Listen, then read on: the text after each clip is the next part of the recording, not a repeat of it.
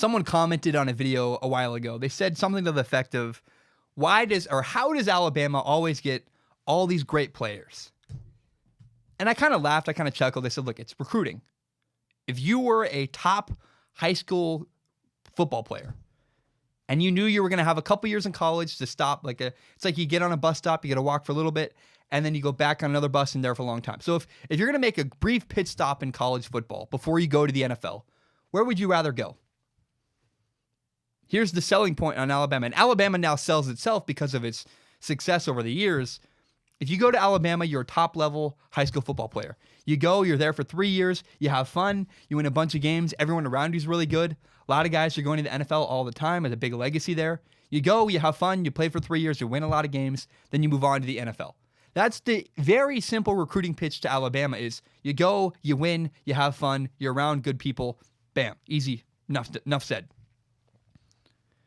And look, whether it's Alabama, Clemson, I'd love to play for Oklahoma. I think playing in Lincoln Riley's offense, if I was a quarterback, oh man. And I mean, I played quarterback in high school, and a little bit in college. I would love to play in an offense like Lincoln Riley's offense at Oklahoma. It's fantastic.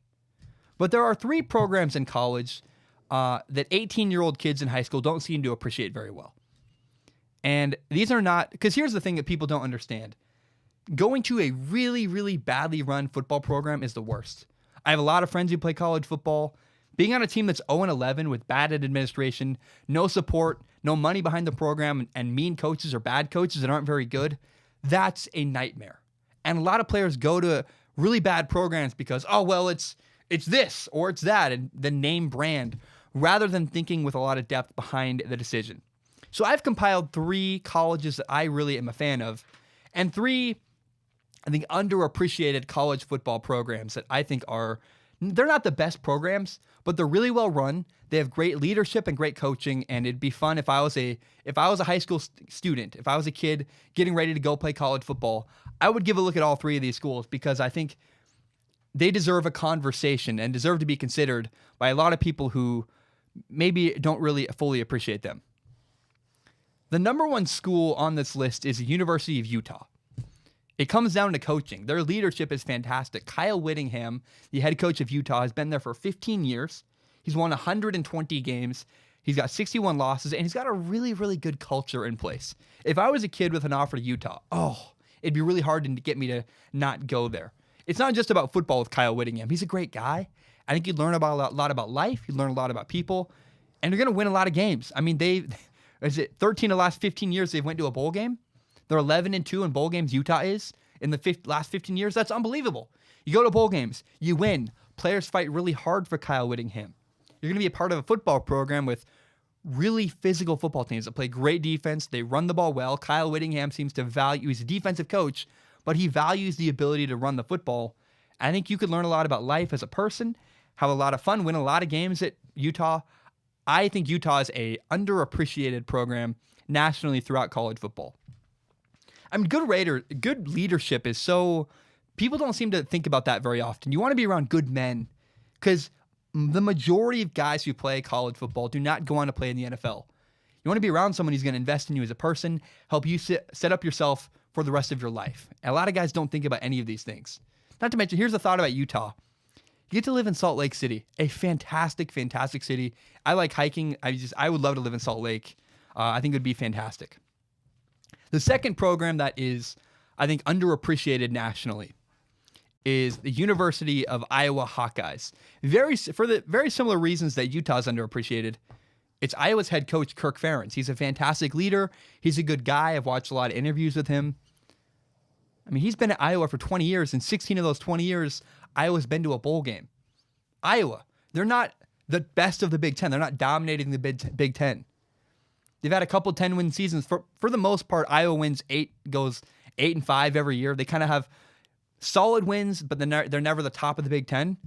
But man, if you look around college football, every single college football program seems to have some year where they're like 1-11 or 0-12 or 3-9, and you never have that at Iowa. They had 1 year in 20 years where they went 4-8. That's their worst season of all time. In the last 20 years, at least. That's their worst year in 20 years is the 4-8 year with Kirk Ferentz. I think 2012, something like that. My point is this, though. The consistency is really, really high at Iowa. You get a really, really great man as a head coach, a guy who seems to care about players and care about people. I have never been to Iowa City. I feel pretty lukewarm about it, but I do know this. Iowa games have a great atmosphere around them. I have friends who've gone to Iowa. They really love it, and they love being a part of that program. They win consistently. They play for a good man at coach, and I think Iowa just is somewhat underappreciated. They run the ball really well. They play physical defense.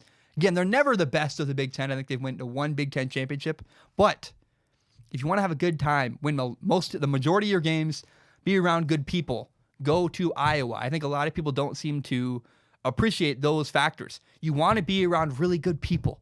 It really sucks, again, to be at a program. I've got friends who play college football. I'll say this again. There's nothing worse than being at a terrible, terrible program. 0-11, I went on a season, my freshman year, we didn't win a single game of freshman football. It was horrendous, awful, and it sucked. You don't want to be on a team like that. I have friends who play college football on really bad teams. It's not fun. You want to be at a program that has administrative support. Here's a team that I think is really underrated nationally that nobody thinks about. And for good reason. I get why. Eastern Washington University, a Division I AA school, is a really underrated program. So tomorrow on January 5th, Eastern Washington plays for the Division I AA, the FCS National Championship. I have a lot of friends on that team. I'm from Washington. And I don't know that Eastern Washington is going to win. They're playing North Dakota State, who's they win every single year. I don't know that Eastern can beat them. But, man, that is a great program. It's also really interesting about Eastern Washington. Here's why Eastern Washington is so impressive. They've had a couple different head coaches since the early 2000s. They had Paul Wolf, where they won Big Sky Conference championships at Eastern Washington. Then Bo Baldwin came in, and Bo Baldwin won a national championship at Eastern, won a lot of conference championships. And now Aaron Best is the third head coach in years. Aaron Best is another head coach for Eastern Washington. He's now led them to a national championship. And so the key to Eastern Washington football is they have a lot of administrative support. I hear a lot of players, and I've never understood this. If you get an offer to Toledo, Akron, Bowling Green, I do not understand why anybody would go to a school like that when you could go to a school like Eastern where football matters. If you go to Eastern Washington and Cheney, Washington, football matters. I know that it's D1 AA, not D1, but man, to be at a great program and have a lot of fun and win games, that's an underrated experience people don't seem to understand. They let their ego get in the way. You go, I'm going to Akron. I'm going to play, Toledo, and it's D1. Well, D1 or D1 AA, there's not that much of a difference. Wouldn't you rather have people actually go to your games? Wouldn't you rather win games? Here's what you get at Eastern Washington. It's really fun. You have great coaching. You win a lot of games. A lot of people show up to your games, and you still have a chance at the NFL. My buddy Samson Ebukam played with me at David Douglas High School in Portland. Plays for the LA Rams right now.